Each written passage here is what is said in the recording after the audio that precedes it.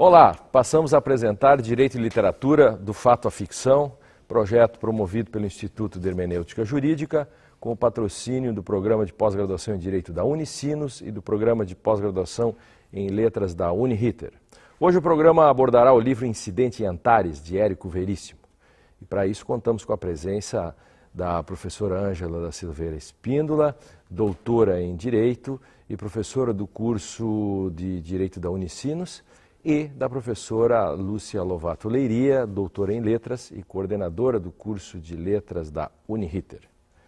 Feita esta breve apresentação, eu pediria para a professora Lúcia que nos fizesse um breve resumo para situar o telespectador nessa importante obra de Érico Veríssimo. Muito bem. Incidente em Antares, então, foi o último livro escrito por Érico Veríssimo, foi escrito em 1971, e ele se enquadra naquilo que se costuma chamar de literatura fantástica. Esse livro tem como pano de fundo a história política do Brasil, desde da sua formação até o período de 1964, e para ilustrar, então, toda essa questão política, das disputas e das guerras, Érico Veríssimo se utiliza de duas famílias, os Campo Largo e os Vacariano. E, então, todo o desenvolvimento do livro assim, tem também essas mesmas disputas políticas, porque o Brasil vinha passando, essas famílias também acabam passando.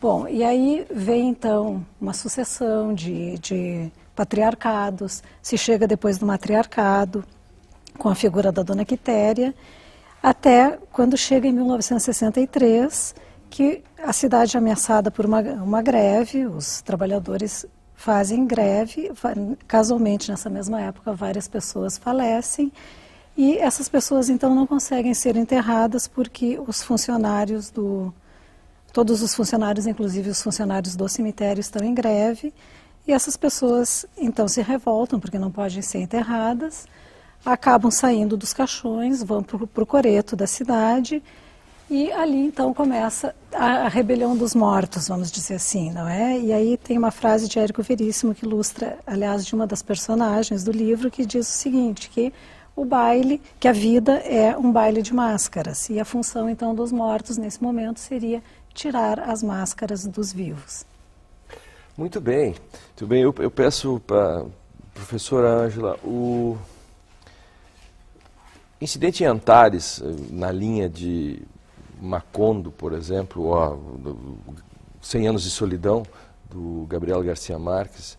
Incidente em Antares, a cidade de Antares, enfim, ela é e a história que se desenvolvida, né, por Érico Veríssimo, é um microcosmos. É possível contar a história, ou ele conta a história do momento político da América Latina, do Brasil e do Rio Grande do Sul. É possível ler a sociedade e a política a partir do Incidente em Antares? Perfeito. De fato, o livro é bastante instigante e interessante. Por um dos motivos é exatamente esse, que a gente pode fazer uma releitura de um microcosmos. A discussão, muito embora ela seja bastante datada, né, a professora Lúcia bem colocou, ela é muito marcada por um período histórico, né, que é o período da Revolução, da ditadura militar, né, o livro termina em 64, e ele é também um livro bastante atual, porque ele acaba desmascarando, né, a grande corrupção desse microcosmos da América Latina, do Brasil e do Rio Grande do Sul. Não só daquela época, mas também acho que é uma temática bastante atual, na medida em que os nossos mortos não foram enterrados, né, e eles estão aí, fedendo na sociedade. E, bom, a gente, antes de conseguir enterrá-los e esquecê-los, a gente precisa ter coragem e ousadia para lembrá-los. Ou seja, o que eu quero dizer com isso? Que o livro, e aí para entrar na linha do direito e literatura, o livro acaba servindo de um trampolim para que a gente possa refletir sobre o Estado, sobre a sociedade, sobre o direito contemporâneo, mas sobre problemáticas do próprio homem, né, enquanto sujeito. Então, o livro tem duas partes, né, a professora Lúcia expôs isso, o livro tem duas partes, uma primeira parte que ele expõe as canalices, né, de uma sociedade, e uma segunda parte que mostra uma espécie de revolução dessa sociedade para com ela mesma, né? Então, na primeira parte, seguindo a mesma linha das demais obras do Érico Veríssimo, tem duas famílias que se digladiam, né? Diferentemente das obras anteriores, nesta não há um bom e um mal, né? As duas são vilões da história. E na segunda parte, os 7 mortos insepultos, como os 7 pecados capitais, né? 7 mortos que insistem em clamar por um enterro digno, e até enquanto isso não ocorre, eles ficam na cidade fedendo e julgando, né, os vivos. Os papéis sociais, papéis dos mortos, eu queria perguntar para a professora Lúcia, há vários papéis assim bem definidos nesse contar da história, desse modo de contar o momento político, a história, e papéis sociais. Por exemplo, o matriarcado, qual é o papel, por exemplo, da mulher, como é que isso é posto dentro da obra? Sim, muito bem. Essa questão da mulher, representada então no caso pela dona Quitéria, ela é muito interessante, porque é a primeira mulher que aparece como uma figura uma figura feminina que mereça destaque. Na família dos Vacarianos, por exemplo, né, começa com o Chico Vacariano, aí depois ele passa o poder para o Antão Vacariano, que por sua vez vai passar para o Xisto Vacariano, e por fim, a figura que se tem dos Vacarianos é o Tibério, mas sempre uma linhagem de patriarcados sendo representada pelas gerações seguintes da família. E já na família Campo Largo, que em várias partes do livro, assim, a família Campo Largo se apresenta como a família progressista, né? São os primeiros, não tenho certeza agora se é o primeiro que compra o carro, mas enfim, são os primeiros que têm o telefone na cidade, são os primeiros que saem da cidade para estudar, tem impressão também, mas enfim, tem várias partes do livro que ali aparece a família Campo Largo como sendo a família precursora das novidades, né? E aí, lá pelas tantas, então, quando chega na terceira geração, no Zósimo Campo Largo, ele casa com a prima, com a dona Quitéria Campo Largo. E aí, para isso, então, eu vou ler um pedacinho do livro que ele é bem interessante. A respeito do Zósimo, né? Ele diz assim: quanto a Zósimo, o único descendente macho do falecido Benjamim por linha reta, era um homem sem nenhuma vocação para a liderança. Tinha terminado o curso ginasial e feito 2 anos de direito. Gostava de ler, era meio indolente, homem de boa paz. Ficou desconcertado quando se viu feito patriarca do clã dos Campo Largos. Respondeu a essa situação com cólicas intestinais que duraram 1 semana. Por sorte ou desgraça sua, e neste particular as opiniões em Antares dividiam-se, sua mulher, Quitéria, uma Campo Largo, tanto por parte de pai como por parte de mãe, era uma criatura enérgica e inteligente, senhora de razoáveis leituras e até de uma certa astúcia política. E aí depois ele continua mais um pouquinho, mas aí um momentinho interessante disso, né, é que ele fala também no livro que nessa época do latifúndio, nessa época de terra, em que as pessoas tinham muita dificuldade em dividir o seu patrimônio, era muito comum a endogamia. Era essa a pergunta. Exatamente. Sobre os primos casavam com as primas, de modo que as terras permaneciam sempre na mesma família. Então, eu acho curioso também a entrada da Quitéria Campo Largo, né? Ela é uma matriarca, ela é uma mulher que aparece, uma mulher que vai ser enfim, quem vai dar as regras, né? Que vai possuir terra, porque depois ela fica viúva também, ela continua com seu reinado entre aspas, claro, mas ela é uma filha tanto por parte de pai quanto por parte de mãe dos Campo Largo. Então, não se sabe muito bem se ela é exatamente uma figura feminina ali, porque ela é fruto daquele pai Campo Largo e daquela mãe Campo Largo também. Então, não dá para se definir exatamente, né? A particularidade ou a peculiaridade da literatura, principalmente em Incidente de Antares, essa questão do desenvolvimento da história, do papel da família, das famílias, do problema do latifúndio e do Estado, da questão política, né? Então, a questão a greve, o julgamento que acontece, quer dizer, as instituições do Estado acabam sendo representadas, né, e dentro como se poderia até, não sei se tem alguma relação do lema positivista, que cada vez mais os vivos serão julgados pelos mortos, e isso acontece no livro, né, como é que o direito observa o incidente em Antares, nesse sentido. De fato, o incidente, né, em Antares, ou seja, a greve dos coveiros, que acaba provocando o insepultamento daqueles mortos, e aí os mortos vêm e julgam os vivos. Bom, existe uma série de análises que a gente poderia fazer. Evidente. Né? Obviamente, eu estou selecionando aqui um aspecto bastante interessante. É curioso de observar que a obra ela retrata as instituições, o Estado está ali retratado, né? A elite está ali retratada, o judiciário está ali retratado. Ela retrata também as diversas posições que nós assumimos. Numa determinada altura do livro, ele acabou me lembrando Visconde Partido ao Meio, do Ítalo Calvino, né? Que nós necessariamente guardamos dentro de nós, e a sociedade guarda dentro dela, o bem e o mal, né?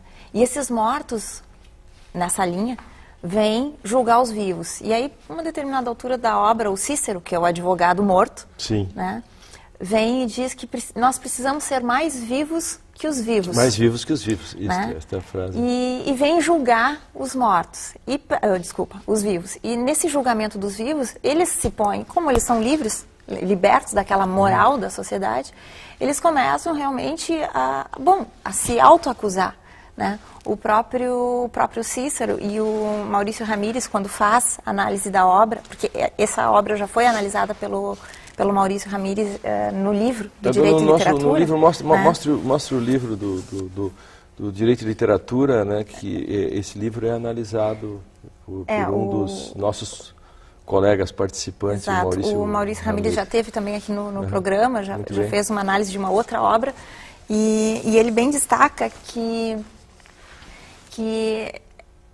o Cícero representaria ali, só porque na época do texto era bastante flagrante, né, uma espécie de Roberto Jefferson, né, que justamente para denunciar a sociedade, ele se autodenuncia, porque ele não tem nada a perder com isso.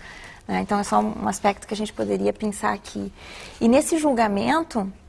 Eu queria lhe perguntar sobre esse julgamento e a questão dos juízes de então, os juízes de hoje, como que eles se comportam, enfim, nesse sentido. É uma ponte que a gente pode fazer aqui bem interessante na obra, né? O papel dos juízes. Tem um juiz na obra, que é o juiz Quintiliano, que ele é um juiz que fica muito confortável diante das normas, das regras, enquanto for só isso. Porque na medida em que essas regras sofrem exceções, em que elas se deparam com a realidade, ou melhor, com os casos, ele já se vê um pouco em pânico, um pouco amedrontado, que, mal comparando, acho que era essa a pergunta que o senhor tinha me feito, essa questão do positivismo hoje, né, de uma sociedade mais dogmatizada, que espera respostas certas, prontas e acabadas. Diante disso, a gente fica confortável. Mas quando os casos, as peculiaridades, as exceções nos apresentam... Quando se bate contra a faticidade. Contra a faticidade, exato, aí isso nos gera um certo desconforto.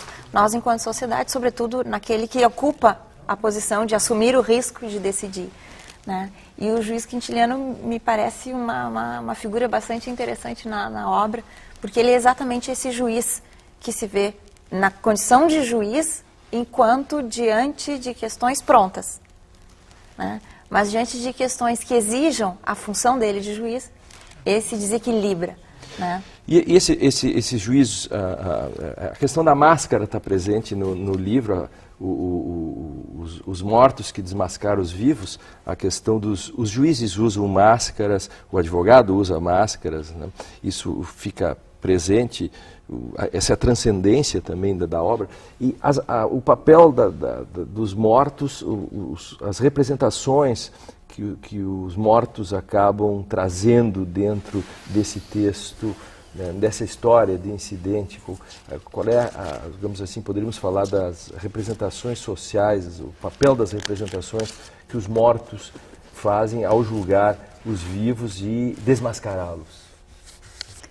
Isso é interessante, né? Primeiro, o homem usa máscara, claro, né? Claro. Nós usamos máscaras enquanto vivos, né? E então o papel dos mortos seria esse, voltar para retirar as máscaras desses vivos, para deixar que então o podre venha ao ar, vamos dizer assim, né? Também essa podridão representada então pelo cheiro dos mortos, né? Que só eles conseguiram voltar ali para fazer com que essa questão toda viesse à tona. Bom, e aí o que me chama muita atenção são as questões das heranças, né, nesse aspecto, que de novo eu volto para a Dona Quitéria, que talvez seja a personagem pela qual eu tenho mais simpatia em todo o livro, que é então a Dona Quitéria, que estaria lá enterrada com suas joias, em princípio, né, e de repente vem um ladrão e tenta abrir o caixão da Dona Quitéria para retirar as joias. E isso é a figura desse ladrão também, ela é muito interessante porque ela existe também na sociedade. Se sabe que em comunidades menores, no interior, existem até aquelas lendas da cidade que dizem: ah, o senhor fulano, o senhor Beltrano enriqueceu desenterrando o ouro dos túmulos, né? Ele trabalhava no cemitério e depois ia lá e retirava esse ouro. Bom, e aí, voltando a Dona Quitéria, para surpresa dela, ela está sem as joias, né? E aí então ela volta e quer saber quem ficou com essas joias. Sim. E aí também essas joias eram motivo de briga, de disputa na família. Ela, para resolver a questão, pegou todas as joias então e jogou no Rio Uruguai, que seria então o seu melhor herdeiro, né? E talvez aí também se vê nessa questão também o mito do Eldorado, né? Que aí, sim, que se mergulhava lá para retirar o ouro que havia no fundo do rio, né? E então a Dona Quitéria devolve esse ouro para os rios, né? Para a terra. E por falar em Rio Uruguai, a história se passa num povoado, né? A história começa em 1830, se passa num povoado, né? Ligado a São Borja, beira do Rio Uruguai, e com isso eu aproveito para chamar a atenção, dizendo que quem está ligando o aparelho televisivo agora, nós estamos discutindo hoje o incidente em Antares, de Érico Veríssimo, essa obra magnífica sobre a política da América Latina, a política brasileira, o papel da corrupção, hipocrisia social, Estado e as mazelas do direito. O direito sempre, no direito e literatura, o direito sempre leva uma certa desvantagem, porque nas ditaduras, e aparece nesse texto aquela transição, a história termina antes de 64 com o golpe, o direito sempre aparece como o mal, porque o direito ele sempre tem um jurista de plantão para sustentar os regimes, e o literato, digamos, poderia ser aquele que vai fazer uma crítica a esse regime novo, poderíamos dizer assim. E o direito em Incidente de Antares, que papel assume nessa história? Bom, essa pergunta vinha me fazendo ao longo da leitura do livro, né? Porque ele ainda que não é uma obra jurídica, obviamente é uma obra literária. A gente se pergunta, bom, e o papel do direito onde fica aí, né? E me parece que fica bastante reduzido, ou melhor, nós esperamos demais do direito, e quando nos deparamos com situações como estas, a gente vê que, bom, o papel do direito e não o papel de um judiciário, sim, o papel do direito é bastante forte na medida em que ele deve estar incrustado nas nossas condutas, né, nesse sentido. E me parece que a cena do julgamento, e eu insisto na cena do julgamento porque ela me parece o ápice da obra para aquilo que nos interessa aqui, né, da discussão. Então, ali, naquele julgamento, o papel do direito, ele extrapola o papel das próprias instituições, né? Porque todos estão sendo ali julgados. Então, ele acaba assumindo uma postura de um paradigma ético a ser referido, né? A ser seguido, a ser observado.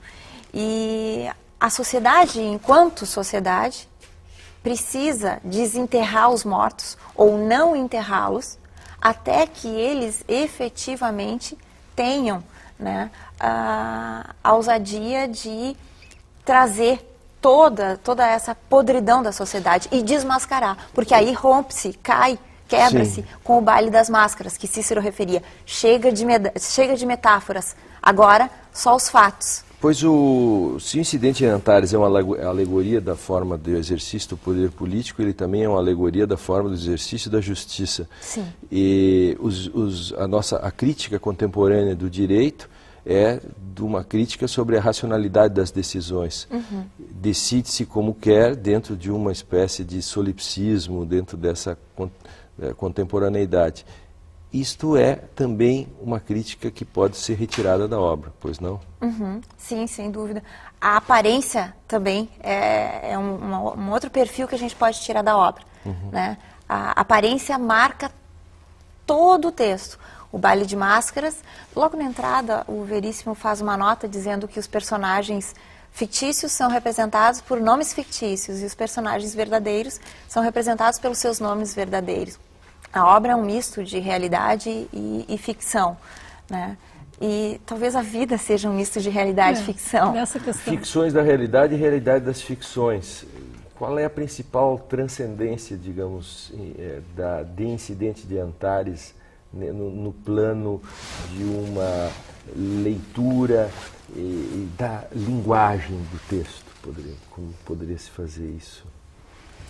Bom, a principal transcendência do texto é justamente essa questão do reaparecimento dos mortos, né? Que ele vem quebrar com todos o paradigma, vem quebrar com uma linearidade da vida, né? O que eles acabam representando, que você trabalha bem essa questão da representação dos papéis. Sim. E o que esses mortos acabam representando no texto e no que metaforicamente eles podem significar no desenvolvimento do tema em Incidente em Antares.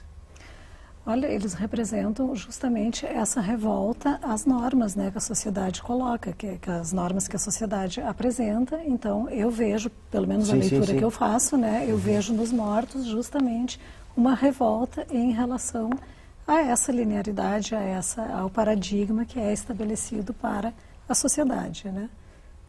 Muito bem. É porque essa questão você tem trazido durante a nossa discussão sobre como que os mortos acabam desnudando os vivos, né? E isso me parece, essa alegoria que é usada é fundamental no texto. Ah, sim, tá. Acho que eu estou entendendo o que você quer dizer agora. Isso. É que os mortos estão sempre presentes, né? Eles podem ouvir as conversas dos vivos, eles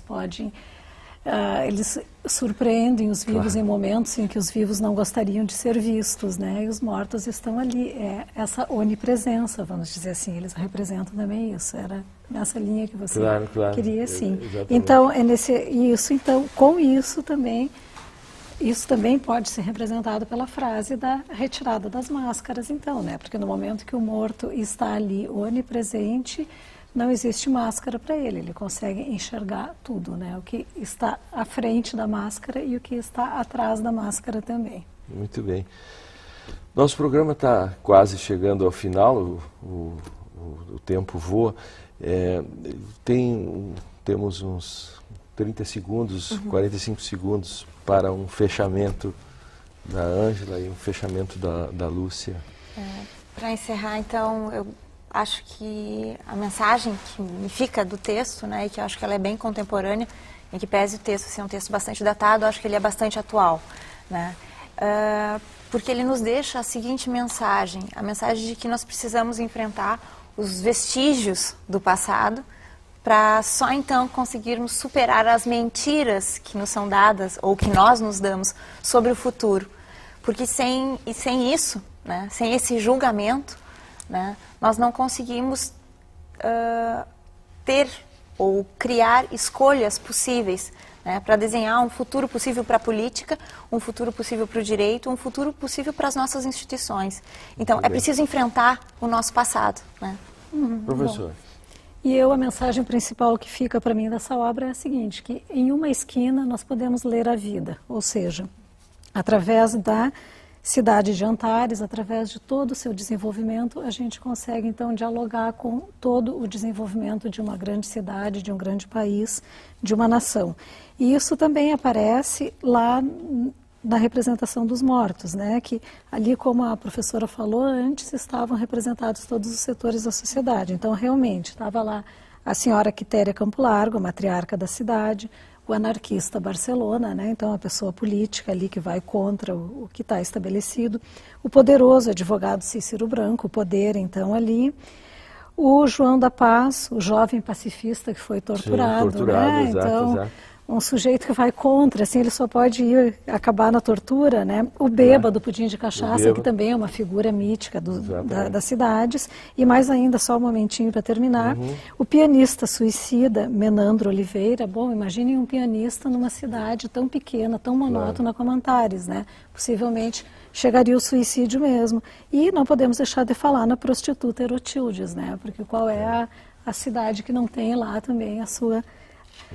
esse seu espaço, né? Então... Pois, muito bem, eu quero agradecer a presença da professora Lúcia, professora Ângela, agradeço a presença delas aqui no nosso programa e eu convido os telespectadores para que nos acompanhem nessa segunda temporada do nosso Direito e Literatura. Na próxima semana nós estaremos discutindo o livro Oliver Twist, de Charles Dickens. Mais informações, bem como a programação completa desse projeto, promovido pelo Instituto de Hermenêutica Jurídica, que tem o patrocínio do Programa de Pós-Graduação em Direito da Unicinos e do Programa de Pós-Graduação em Letras da Uniriter, você encontra no site www.ihj.org.br e também pode entrar em contato conosco pelo mail ihj.org.br. Até lá.